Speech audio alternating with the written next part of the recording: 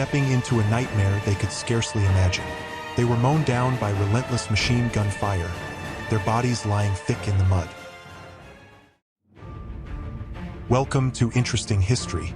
Today, we journey back to 1916, to the blood-soaked fields of the Somme, a battle that stands as one of the darkest and deadliest chapters of the First World War. The plan was audacious. British and French commanders aimed to shatter the German lines, hoping for a decisive blow. For months, they prepared. Hundreds of thousands of men, artillery pieces, and countless shells were moved into position. By dawn on July 1, 1916, it began. Artillery thundered for 7 days and nights. An unceasing roar meant to obliterate German defenses. The bombardment was so intense that it shook windows miles away and left the landscape unrecognizable, a barren wasteland of craters and twisted wire. But when the guns finally fell silent, an eerie calm settled. British troops climbed from their trenches, stepping into a nightmare they could scarcely imagine. Expecting the German defenses to be obliterated, they were instead met with waves of machine gun fire. The Germans, deeply entrenched and protected, had survived the shelling in underground bunkers. They emerged as soon as it stopped, weapons ready. No man's land stretched out before them, a graveyard of twisted metal and shattered earth.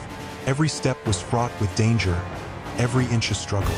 Many soldiers carried packs weighing up to 60 pounds, laden with gear, food, and water. As they crossed, they were mown down by relentless machine gun fire, their bodies lying thick in the mud. In letters home, soldiers tried to capture the horror.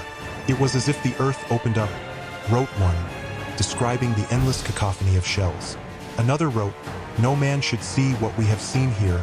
In the trenches, they waited, drenched, freezing, and terrified, as artillery shattered the ground around them. The mud was inescapable, clinging to everything. When it rained, trenches turned into rivers of sludge. Soldiers who fell could be swallowed by it, disappearing without a trace. Disease spread rapidly, trench foot, gangrene, and lice became as much of a threat as enemy fire. The stench of rotting flesh and stagnant water hung in the air, a constant, sickening reminder of the lives lost. The battlefield itself became a trap, the ground scarred with craters the size of houses. When artillery struck, the very earth erupted, showering men with chunks of mud and bone. And yet, amidst the chaos, soldiers continued to charge, wave after wave, through this horrific landscape. For weeks, attacks went on, each one chipping away at the staggering number of lives involved. The German soldiers were hardened and well-prepared, digging deep bunkers that shielded them from even the fiercest shelling.